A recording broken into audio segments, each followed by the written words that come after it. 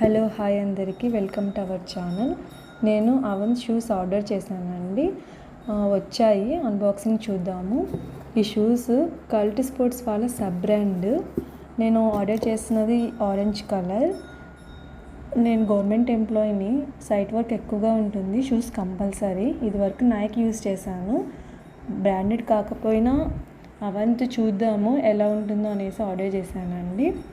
చూసినట్లయితే మనకి soul question కూడా చాలా క్వాలిటీగా ఉంది. థ్రెడ్ కూడా చాలా బాగా ఉందండి.